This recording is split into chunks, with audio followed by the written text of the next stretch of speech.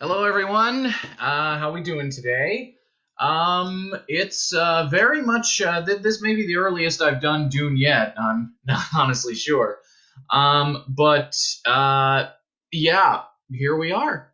We're going to be going once more with our next installment in Dune.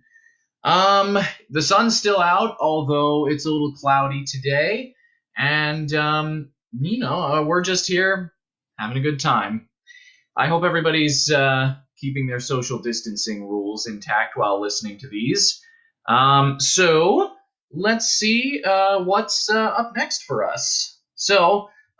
When last we left off, Paul and Jessica were, debating different ways to get through the desert, and we had a chapter with Thufir where he was fleeing with a group of Fremen and trying to understand their ways a little better because they're very different from what he's used to. So, without further ado, let's go ahead and continue. See what wacky hijinks Paul and Jessica are going to get themselves into now. Here we go. Muad'Dib could indeed see the future, but you must understand the limits of this power. Think of sight. You have eyes, yet cannot see without light. If you are on the floor of a valley, you cannot see beyond your valley. Just so, Muad'Dib could not always choose to look across the mysterious terrain. He tells us that a single obscure decision of prophecy, perhaps the choice of one word over another, could change the entire aspect of the future. He tells us the vision of time is broad, but when you pass through it, time becomes a narrow door. And always he fought the temptation to choose a clear, safe course, warning, that path leads ever down into stagnation. From Arrakis Awakening by the Princess Irulan. As the ornithopters glided out of the night above them, Paul grabbed his mother's arm, snapped, "Don't move!" And he saw the lead craft in the moonlight, the way its wings cupped to brake for landing, the reckless dash of the hands at the controls. "It's Idaho," he breathed. The craft and its companions settled into the basin like a covey of birds coming to nest. Idaho was out of his thopter and running toward them before the dust settled. Two figures in Fremen robes followed him. Paul recognized one, the tall, sandy-bearded Kynes. "This way!" Kynes called, and he veered left. Behind Kynes, other Fremen were throwing fabric covers over their ornithopters. The craft became a row of shallow dunes. Idaho skidded to a stop in front of Paul, saluted. "My lord, the Fremen have a temporary hiding place nearby where we—" "What about that back there?" Paul pointed to the violence above the desert cliff, the jet flares, the purple beams of laser guns lacing the desert. A rare smile touched Idaho's round, placid face. "My lord, sire, I've left them a little glaring white light filled the desert, bright as a sun, etching their shadows onto the rock floor of the ledge." In one sweeping motion, Idaho had Paul's arm in one hand, Jessica's shoulder in the other, hurtling them down off the ledge into the basin. They sprawled together in the sand as the roar of an explosion thundered over them. Its shockwave tumbled chips off the rock ledge they had vacated. Idaho sat up, brushed sand from himself. "Not the family atomics," Jessica said. "I thought—" "You planted a shield back there," Paul said. "A big one turned to full force," Idaho said. "A laser gun beam touched it, and—" He shrugged. "Subatomic fusion," Jessica said. "That's a dangerous weapon." "Not weapon, milady. Defense. That scum will think twice before using laser guns another time." The Fremen from the ornithopters stopped above them. One called in a low voice, "We should get under cover, friends." Paul got to his feet as Idaho helped Jessica up. "That blast will attract considerable attention, sire," Idaho said. Sire, Paul thought. The word had been such a strange sound when directed at him. Sire had always been his father. He felt himself touched briefly by his powers of prescience, seeing himself infected by the wild race consciousness that was moving the human universe toward chaos. The vision left him shaken, and he allowed Idaho to guide him along the edge of the basin to a rock projection. Fremen there were opening a way down into the sand with their compaction tools. "May I take your pack, sire?" Idaho asked. "It's not heavy, Duncan," Paul said.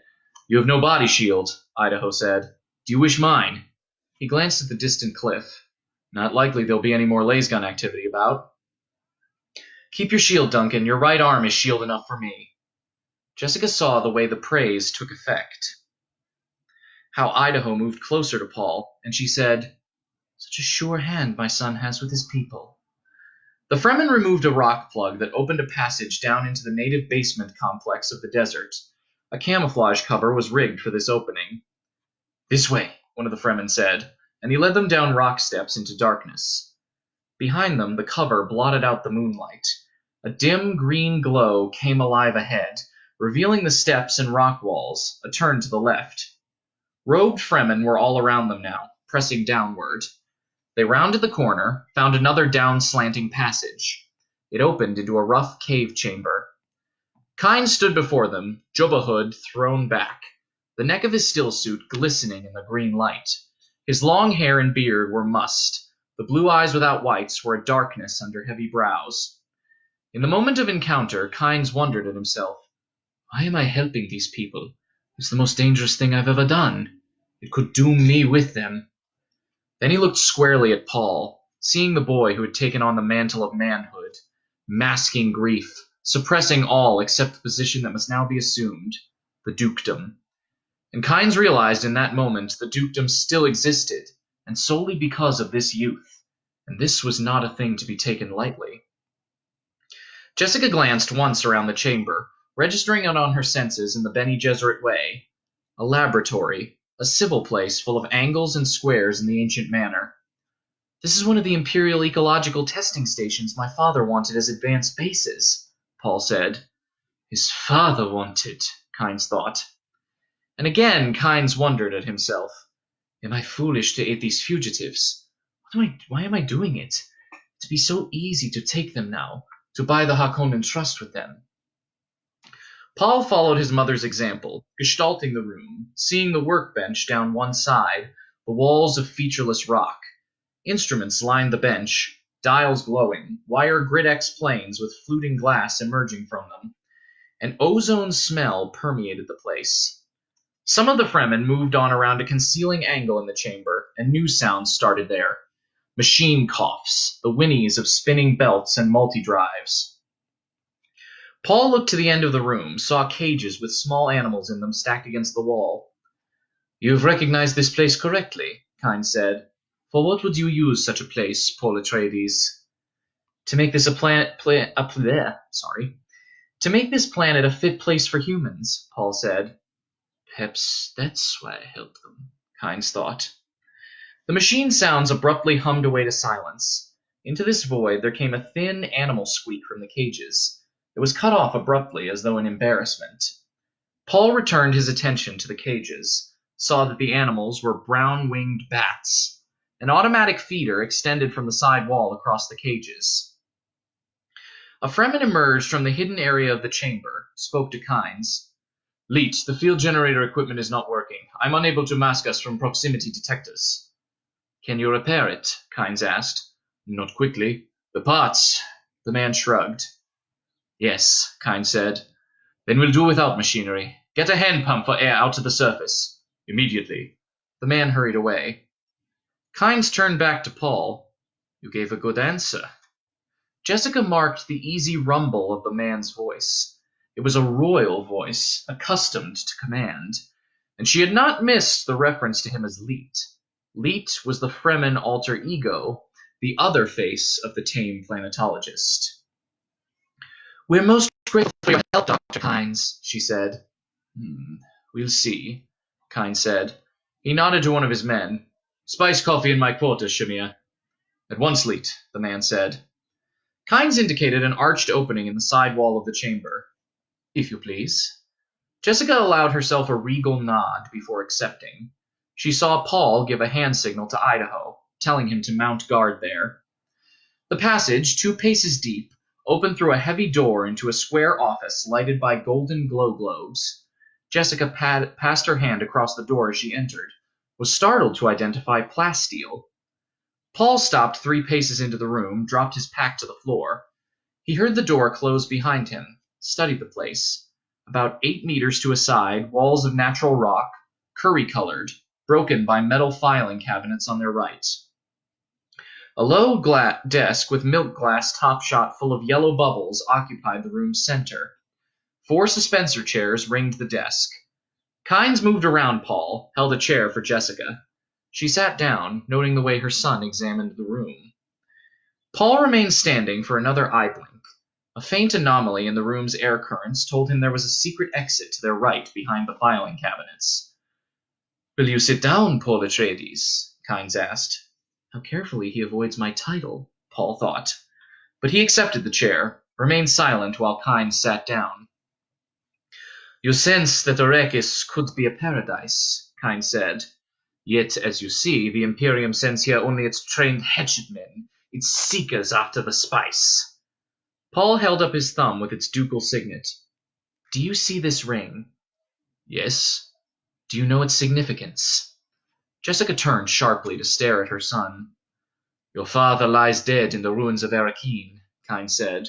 "You are technically the Duke." "I'm a soldier of the Imperium," Paul said. "Technically a hatchet man." Kynes' face darkened.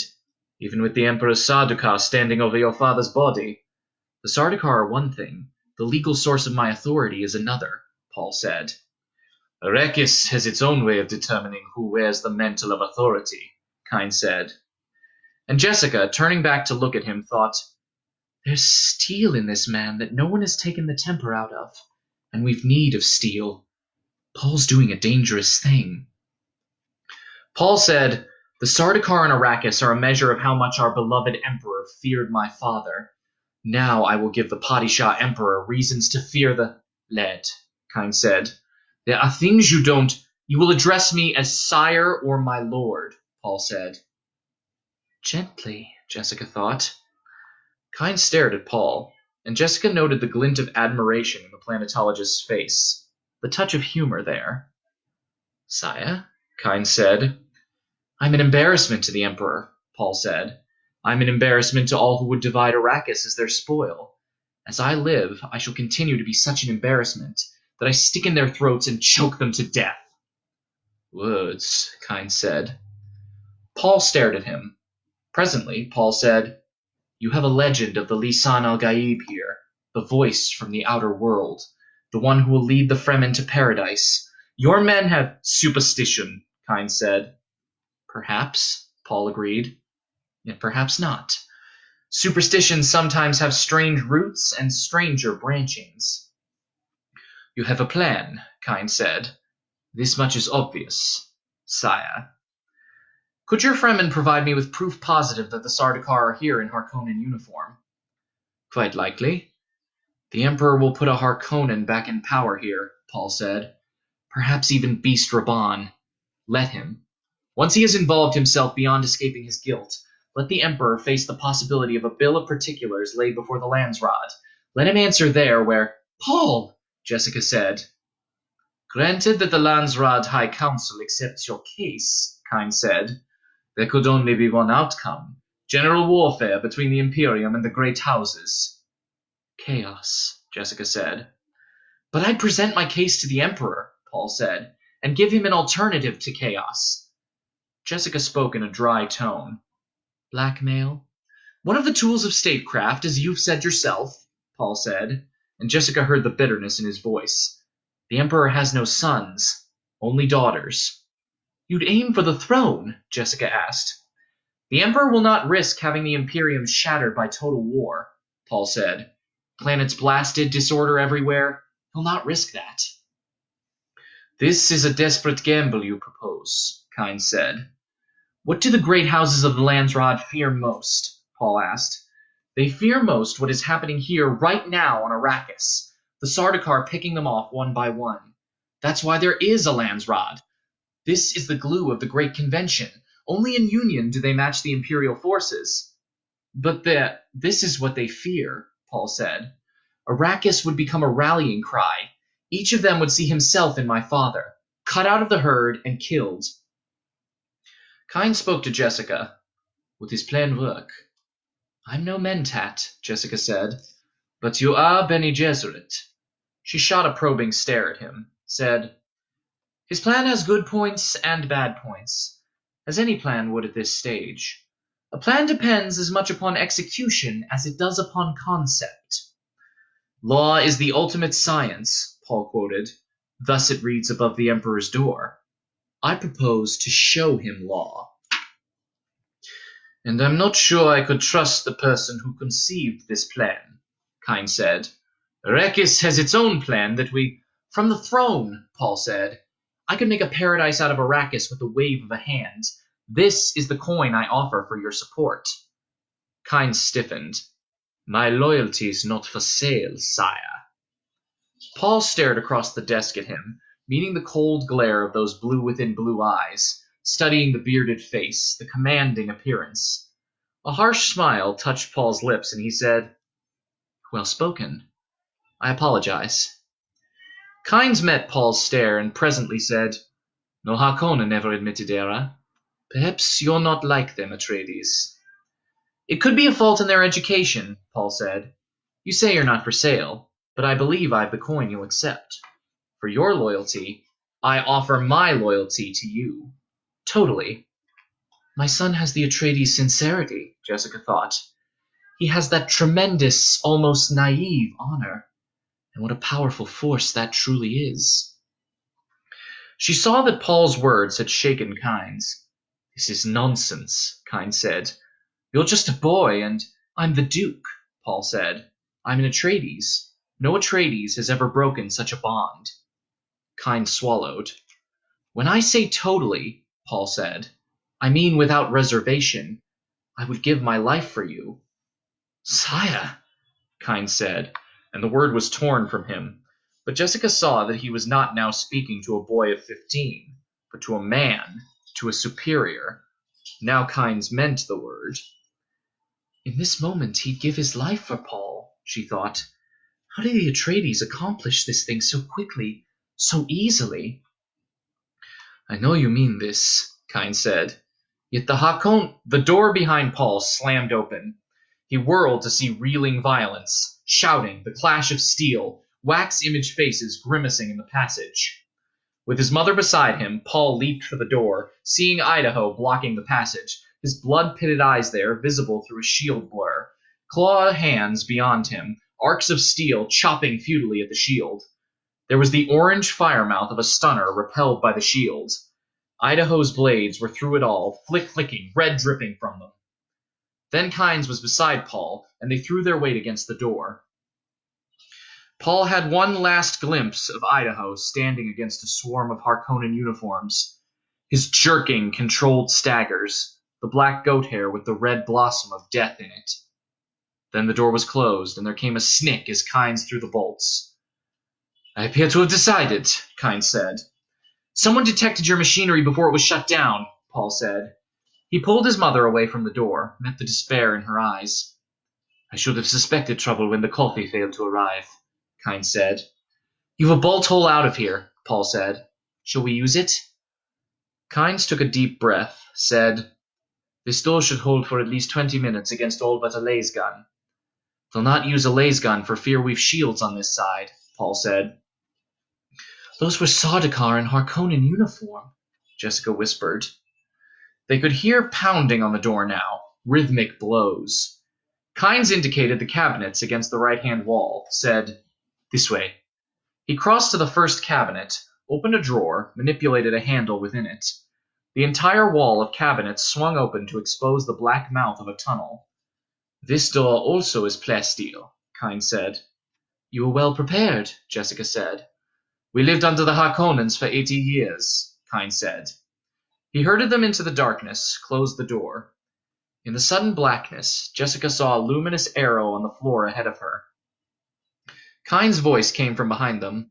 We'll separate here. This wall is tougher. It'll stand for at least an hour. Follow the arrows like that one on the floor. They'll be extinguished by your passage. They lead through a maze to another exit where I've secreted a thopter. There's a storm across the desert tonight. Your only hope is to run for that storm, dive into the top of it, ride with it. My people have done this in stealing thopters. If you stay high in the storm, you'll survive. What of you? Paul asked. I'll try to escape another way if I'm captured. Well, I'm still Imperial planetologist. I can say I was your captive. Running like cowards, Paul thought. But how else can I live to avenge my father? He turned to face the door. Jessica heard him move, said, Duncan's dead, Paul. You saw the wound. You can do nothing for him.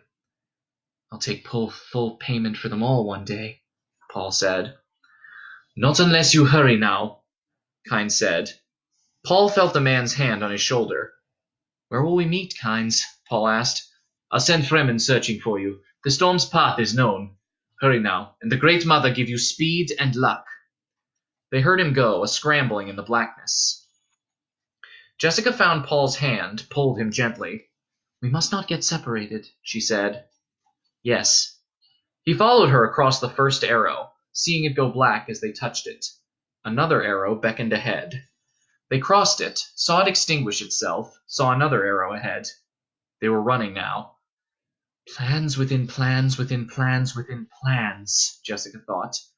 Have we become part of someone else's plan now? The arrows led them around turnings, past side openings only dimly sensed in the faint luminescence. Their way slanted downward for a time, then up, ever up. They came finally to steps, rounded a corner, and were brought short by a glowing wall with a dark handle visible in its center. Paul pressed the handle.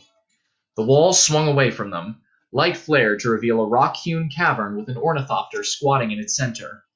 A flat gray wall with a door sign on it loomed beyond the aircraft. Where did Kynes go? Jessica asked. He did what any good guerrilla leader would, Paul said. He separated us into two parties and arranged that he couldn't reveal where we are if he's captured. He won't really know. Paul drew her into the room, noting how her feet kicked up dust on the floor. No one's been here for a long time, he said. He seemed confident the Fremen could find us, she said. I share that confidence. Paul released her hand, crossed to the ornithopter's left door, opened it, and secured his pack in the rear. The ship's proximity mast, he said. Instrument panel has remote door control, light control. 80 years under the Harkonnens taught them to be thorough. Jessica leaned against the craft's other side, catching her breath. The Harkonnens will have a covering force over this area, she said. They're not stupid. She considered her direction sense, pointed right. The storm we saw is that way. Paul nodded, fighting an abrupt reluctance to move. He knew its cause, but found no help in the knowledge. Somewhere this night he had passed to a decision nexus into the deep unknown. He knew the time area surrounding them, but the here and now existed as a place of mystery. It was as though he had seen himself from a distance go out of sight down into a valley. Of the countless paths up out of that valley, some might carry a Paul Atreides back into sight, but many would not. The longer we wait, the better prepared they'll be, Jessica said. Get in and strap yourself down, he said. He joined her in the ornithopter, still wrestling with the thought that this was blind ground, unseen in any prescient vision, and he realized with an abrupt sense of shock that he had been giving more and more reliance to prescient memory, and it had weakened him for this particular emergency. If you only rely on your eyes, your other senses weaken. It was a Bene Gesserit axiom. He took it to himself now, promising never again to fall into that trap, if he lived through this. Paul fastened his safety harness, saw that his mother was secure, checked the aircraft. The wings were at full spread rest, their delicate metal interleavings extended. He touched the retractor bar, watched the wings shorten for jet boost takeoff the way Gurney Halleck had taught him. The starter switch moved easily. Dials on the instrument panel came alive as the jet pods were armed. Turbines began their low hissing. Ready? He asked. Yes. He touched the remote control for lights. Darkness blanketed them. His hand was a shadow against the luminous dials as he tripped to the remote door control. Grating sounded ahead of them. A cascade of sand swished away to silence. A dusty breeze touched Paul's cheeks. He closed the door, feeling the sudden pressure.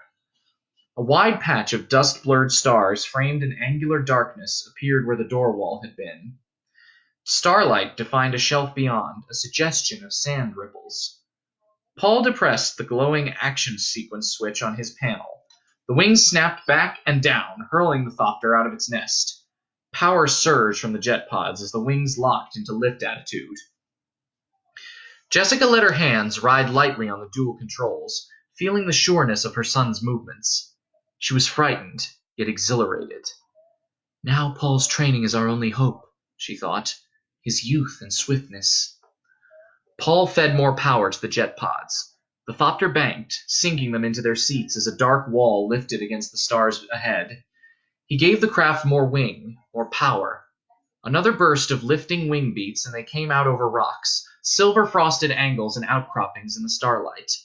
The dust-reddened second moon showed itself above the horizon to their right, defining the ribbon trail of the storm. Paul's hands danced over the controls. Wings snicked into beetle stubs. G-force pulled at their flesh as the craft came around in a tight bank. "Jet flares behind us," Jessica said. "I saw them." He slammed the power arm forward. Their Thopter leaped like a frightened animal, surged southwest toward the storm and the great curve of desert. In the near distance, Paul saw scattered shadows telling where the line of rocks ended, the basement complex sinking beneath the dunes. Beyond stretched moonlit fingernail shadows, dunes diminishing one into another. And above the horizon climbed the flat intensity of the storm like a wall against the stars. Something jarred the Thopter. "Shellburst!" Jessica gasped. "They're using some kind of projectile weapon." She saw a sudden animal grin on Paul's face. "They seem to be avoiding their laser guns," he said. "But we've no shields." "Do they know that?"